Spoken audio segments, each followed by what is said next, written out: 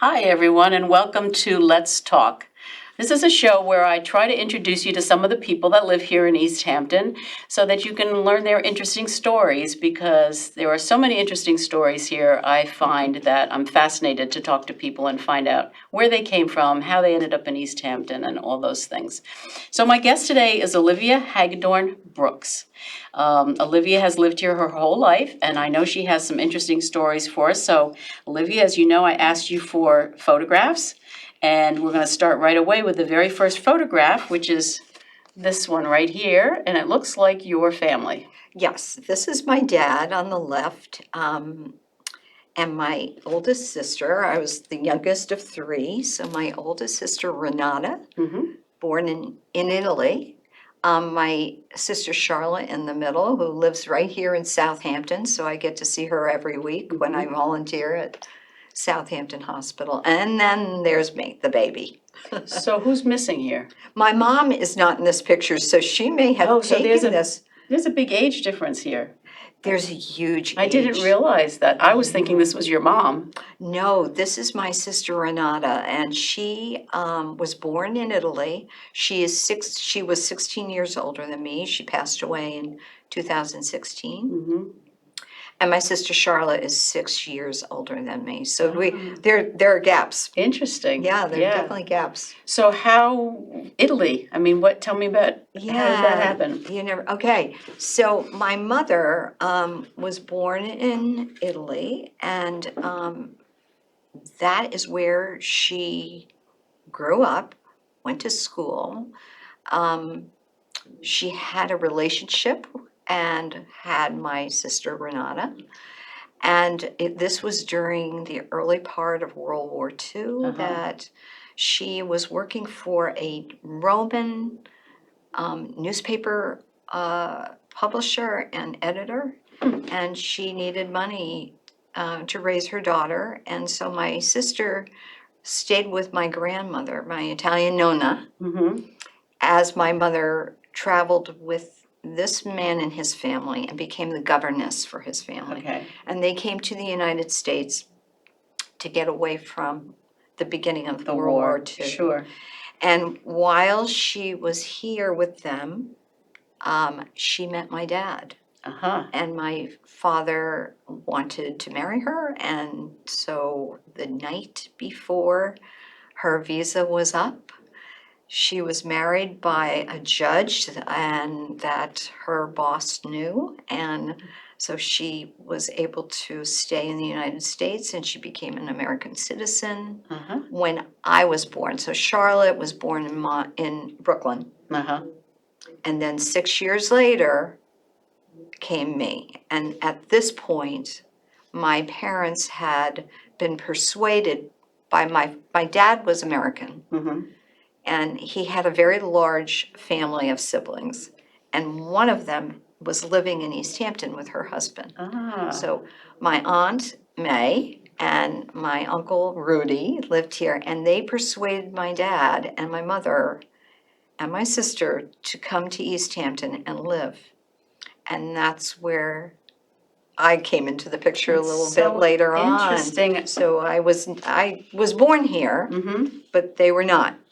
I'm fascinated because I've known you for almost most of my life. I never knew this story. I never knew that your mom was Italian and that my mother has a real fascinating story, but that's it in a little nutshell. That's really interesting. That's like an all-American story right there. Right. I mean, I love that. And she was a very well-known seamstress here. She worked for what she called her summer people. Summer people. So, and my dad was a watchmaker. But my mother had there were so many women and husbands too coming through our back door all the time because she was fixing their hems. She was altering their clothes. And then of course, some of those clothes that were only worn for a year because they came from Chanel or they came from any number of designers in Europe. Those clothes came to me the following year because God knows those clothes could not be worn again. So if they were worn a couple times, they came to me and my sister Charlotte sometimes. Well, I And- definitely identify with the seamstress because my grandmother was a seamstress. And whenever I was visiting her at her house, there would be an appointment. And she'd Oh, have someone come yes. in and they were in the other room dressing and she was taking Yeah. hems and all that stuff. So Right. I know what that was like. I know, they're remarkable. It was a remarkable career for my mother. Yeah. And she knew so many people that became such good friends for her. Mm-hmm. And they were so very kind to my family that they were people that I came to know quite well too, and babysat for children, their children. Right. And so my networking still continues today because of my mother. Absolutely. Yeah, that's really fascinating. This picture is your dad, though, and this is in his watch shop, which was also It was on Main Street. a music shop, right? Right. So eventually, my dad had rented out a little store, which is right next to what is now Tennis East. Yes. Okay, so if you're going north, that's where it was. And it was, he took a corner of this store and it became his watchmaking repair shop. But the rest of the store, he had purchased this business of a music store. And he really did not have, really, this was not his interest. However, it became my bit of my hobby. So I worked on Saturdays and vacations and summer vacations. And it was kind of a cool Oh, it's a great place. business because my friends would all come Yes. in. This is the 60s. Yes. And I was a teenager and my friends would come in and we'd play records and we'd talk about music. I mean, everybody knew Hagedorns. That was where you went to get your 45s, whatever the latest thing was, you would go to pick up your 45 and bring it home for the little record player in your bedroom with the stack of 45s on it. Not everybody nowadays understands that, but some people out there will understand. It was really fun. It was a great shop. It really was a great shop. And he was a wonderful person. Thank you. Very kind man. Thank you. Thank you. I remember him very well. Thank you. So this must be your house in East Hampton, yes? This was our house right in the village, right on Maidstone Avenue. And this is my sister and me and two friends. My oldest living friend right at the end, just spoke to her the other day. She lives in Alabama. Okay. And our little dog. Your little dog. Our little dog. Yeah, that was our home. And the house is still there? The house is still there, and actually the integrity of the house is also still there. Nice. Which is great. Whoever purchased it last just kept it the way it was, but added maybe a side room. But it was my dad's plan. I mean, he drew the plans for this house, so the plans are framed in one of the bedrooms of my house now, of our house. Yeah. It was. I mean, that's a great little street. They're nice, modest little houses that remind me of old East Hampton when we were growing up. Most of the houses were more like that. Yeah. Than they are now. Well, this must be your mom now. There's my mother. Yeah, there's my mom, my sister Charlotte, and me. Yeah, she was the genius seamstress, and she taught my sister how to sew. And of course, my oldest sister Renata was a amazing seamstress.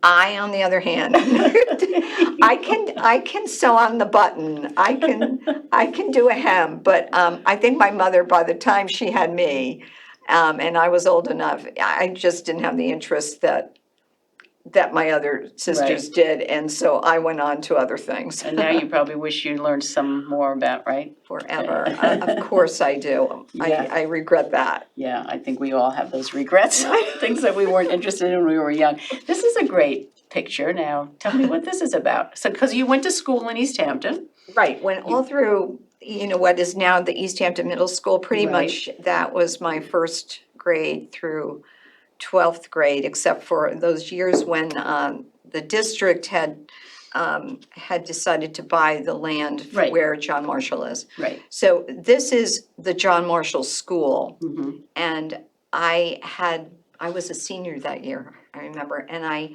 had decided that I wanted to go into elementary education. So there was a class that you could, as long as you could come over to John Marshall, you could follow a teacher, and this is what I was doing. And who was the teacher?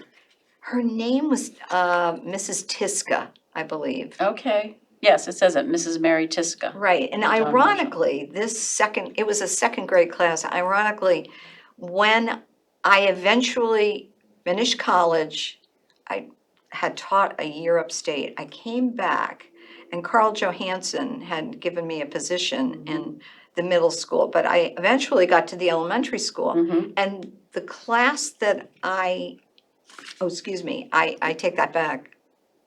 When Carl Johansson gave me a substitute job when I first arrived in East Hampton, the class that I had was this class that I was teaching or following in second grade. So it was the same kids, only they were taller. Older.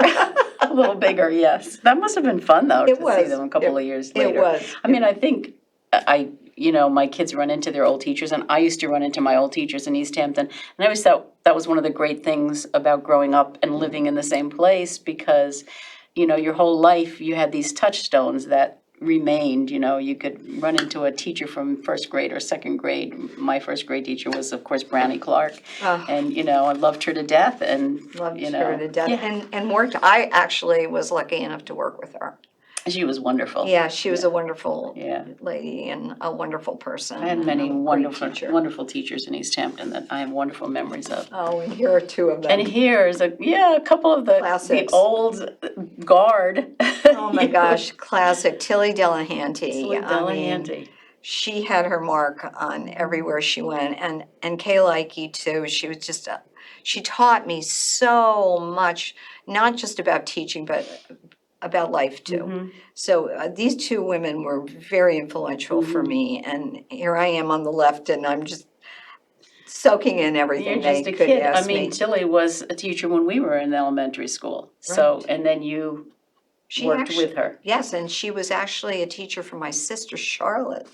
Really? Yeah, so Charlotte had her too. She was quite something. Oh, she was great. She was great. She was a lot of fun. And she was always second grade, wasn't she? All the way through. Only second grade, I believe. I think when she retired, that was one of the statements she said that she was just a second grade teacher her entire life, and she was good at it. Yeah, she was. Knew how to rule And that. she had a couple generations of kids. She certainly think did. as a teacher, which was fascinating to me. Loved her. And then you went on to teach second grade, right? Kindergarten and first and second grade. Those were the years that I really taught most of my, during my career, and they were fantastic. My last year, I was the librarian of the school. Oh. So I got to meet every one of those children and get to know them. Yeah. It was a great way to leave that was fun too. my teaching career. Yeah. And so you run into a lot of your kids all the time, right? All the time. Some of them are my good friends. So, without discarding their age difference, we know each other and love each other. Sure. Which is, Yeah. again, one of those characteristics of a small town. Yes. And especially East Hampton. I mean, it has a networking and a connection that I've always loved. Yeah. So that's one of the things about Absolutely. teaching and knowing all those kids and those parents and more. Right. I mean, we still know some of the people we went through school with that still live here, and people our kids went to school with. Sure. Generations of. I remember when I was a kid, I always got a kick out of it when we'd go somewhere and someone would call my father Jimmy. I knew that was something That's a special he person. grew up Yeah. with, because that's the only people that called him Jimmy. From the time he was a little kid. Yeah. And I always got a kick out of that because no one called him Jimmy anymore. Yeah, and except the I live with a old-timers. Jimmy, so I know that feeling. Exactly, right? Everywhere else he's Jim or James or whatever. But right, when you run into someone who knew him forever, he's Jimmy. I know.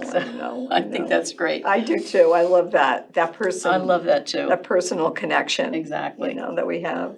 Okay, so tell me about this one. This is your family, right? This is my family and my extended family too. So my daughter, who's making that little face.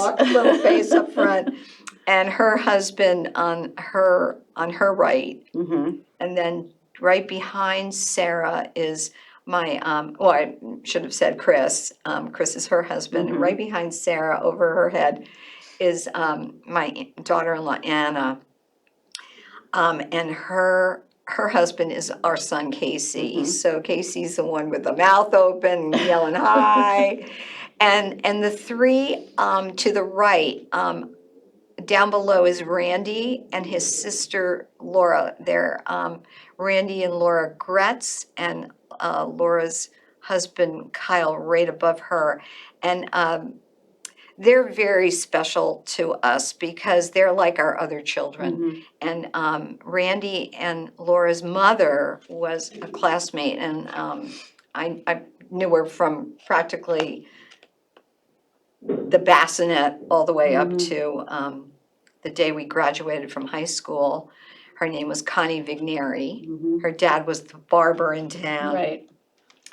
And from we really remained friends, but we became even better friends when we both were married, and we lived on the same street. Yeah. And our mothers were both Italian. Yes. So they would get together for tea. My mother would sort of do a little freak on Connie's mom, because Connie's mother was Sicilian. My mother was from northern Italy. So my mother was like, please, Josephine, speak Italian, not Sicilian. But this is the family I love. Well, and she looks a lot like Connie, doesn't she? I knew Connie, of course, too, growing up. You did. And I mean, what a remarkable girl. She was a wonderful person. I loved her. Oh, she was a great person, yeah. but she looks like her mom. She does she has that, and I love those kids so much. They're terrific people. Okay, let's see what we have here. Oh, these are your extracurricular activities, I think. Tell me about this. So these are two, this is the LVIS fair, and I'm working the chance booth, Maddie Lawler, and I think Cindy Marshall was right there too, and two of my grandchildren are there. So next to me is Bill Brooks, Bean Brooks, and then there's Vera Minardi right next to him, and we had a lot of fun. I've been at this fair every single year of my life that I can think of, and this year I think is the first year that I will not be there because I'm having a hip replacement 3 days before. So unless I do a remarkable recovery, I will not be at this 130th anniversary of LVIS, but it's the fair day, and I love fair day. Well, how long has it been since you retired from teaching? I retired in 2006, so That's this been a is a while. while. It's almost 20 years. I can't believe that. I can't believe it either. Yeah. Wow. But I've been busy. Yes, you have been busy, and I have this is another thing you've been doing, and that's 20 years. Thanks to you. Thanks to you. This is I really love volunteering. I do too. Volunteering to me is a real purpose in my life. And I just heard this recently from a friend of mine that you don't have to do a lot, just do something. And this is working with my gang of friends, a gaggle of women, and our friend, unfortunately, who's passed, Bob Right. Murray. But this is for Southampton Hospital. And you, Barbara, started this group of ambassadors. And so we welcome New patients, members. people coming into the hospital. You know, you're never excited or happy about coming into a hospital. So we're there to kind of lead them and help them and make them feel a little better. Right, try to make it a little easier to come in, and which is why I started it, because when I went through my own cancer treatment, I realized how important it was when you walked in the door to have a friendly face. Because, sometimes the people working there are busy and then, distracted or whatever, but having a volunteer there is sometimes helpful because they can smile and take the time to take you where you need to go and help you, show you around. So I love it as well. I love being able to help people. Yeah, I do too. I think it's wonderful. And I love the feedback that we get from the patients that are leaving, possibly for the they've been there for 5 weeks and now they're leaving, and they thank us. Yes. And they appreciate us. So it's a really terrific volunteer position to be. Yes, and anybody out there who might be interested, Do it. just go on the Southampton Hospital website, and there's a place for volunteering. It is sure. really, it's really fun to do. I Yeah. really enjoy it. Yeah. I love it. And we're having our luncheon tomorrow. Right, our volunteer luncheon tomorrow, Right. which is fun, always fun to get together. Okay, now this is, Okay, this is really explains part of my career life after retiring, but it really is a picture of East Hampton, which I love it. I love my town. I revere it. I try to take advantage of it in the fact that I know that there are many, many people who want to visit it but can't afford to come here. I know that there are people who are gone and can't see Clinton Academy again, or Right. cannot go to Home Sweet Home one more time, or cannot walk the streets and the sidewalks of East Hampton Village. But I can. So I want to be sure that I do that. Did you take this picture? Because it's a beautiful photograph of, And that elm tree. So I run the Ladies Village Improvement Society's tree Tree program. committee, right. I'm the chair of that. I have a committee of 25 people, but we are the stewards of 3,500 So village the trees. LVIS works with the village to take care of the trees, Exactly. right? Which is a big job because we have a lot of beautiful trees. Yeah, in East 3,500 village trees. Yeah. And we're probably the oldest public-private tree program in America today. So we're 130 years Interesting. old. So we're Well, real proud they of do that. a great job. The LVIS does a great job, and it's a Thanks. big help for the village. So you volunteer at the hospital, you volunteer for the LVIS, you volunteer for the Historical Society, I know that. What else? What else do you volunteer for? I've done some docent work in some places.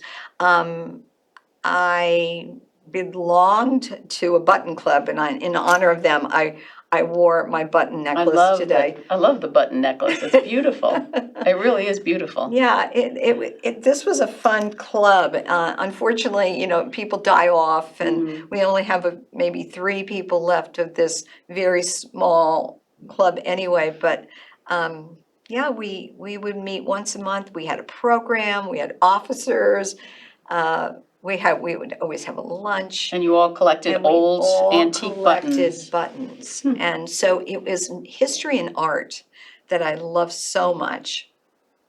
And this is what we did. And there were women who had extraordinary collections of buttons. So to this day, even though our club isn't really working together, it's kind of defunct, but I still look for buttons, and I know the other 2 gals do too. They're just beautiful. They did make beautiful pieces. buttons, especially during the Victorian era. They were just incredible buttons that they. Incredible, the morning buttons, even though they were black, beautiful, just stunning. Yeah. So yeah, and I have grandchildren, and I have a husband, and so I'm busy. I love having a sense of purpose, and so all of this works for me, and I have fun. Now, I know sometimes people will say to me, it's time for me to retire. I don't know what I'm going to do with myself. And I always say, find some place to volunteer. So you have a purpose, you have a place to go every week, and it means so much. And you have a sense of belonging, You too. have a sense of belonging, and you have a sense of, what your week is going to be. You have things to do. It's not like I have nothing to do with myself. I'm very busy. That's why I tell them, I'm very, very busy. I know you are, Barbara. You are too. I mean, you have to keep yourself busy, Yeah. So what have you not done that you want to do? Anything? What would yeah, there is something that I'm kind of working on it. It's a book. And it's a family-related book. So I was inspired by a book called The Heirloomist. and it's by a neighbor of mine, actually, and her name is Shanna Novak. And in it are pictures of an object that belongs to, it could be, some are famous people, some are friends of hers, some are family members of hers. And I'm sort of piggybacking on this because the photograph that I have started doing with my son, who is a film editor and a photographer, we're taking pictures of things that are meaningful to our family. Okay. And then alongside of that photograph, in what will hopefully become a book, is a story about that object and the memories that come with it. So here is I have on me today, I have a watch that my dad gave to my mother when they got married. Right. And it's a wind-up. It's a Bulova with the Spidell watch band. That I'll put in there, and I'll put a little story about my parents in there, about them. So that's what I'm kind of working on. That sounds like a great project. Yeah. Are you really working on it? You got to do it. I have a bunch of pictures, and I've started writing. Okay. So, yeah. All right. Do it. Because Okay. that sounds like a great project. You will be one of the first people I will show it to you, Barbara. Good. I'm glad. I would appreciate that. Yeah. My last question is, I used to watch James Lipton on Inside the Actors Studio, and I loved his questions he asked at the end of every interview. And the one that I always ask my guests is, when you get to the pearly gates, what would you like to hear God say? Well, welcome. That would be nice, right? Welcome. And who would you like to see first? Perfect. Yeah, because there are a lot. There are many. A lot of people. I expect to see many. Yeah. I don't know in how I will see them, but I will see them. Yeah. I believe in that. I do too. Well, thank you very much. I thank my guest, Olivia Hagedorn Brooks, for her time with me today and telling her story and talking about her family and about her life in East Hampton. And I want to also thank my sponsors, Whalen and Filer Attorneys and Emma Gansett, and also the staff here at LTV for making community access television available to us here on the East End. Thank you so much for tuning in. Please tune in for another episode of Let's Talk.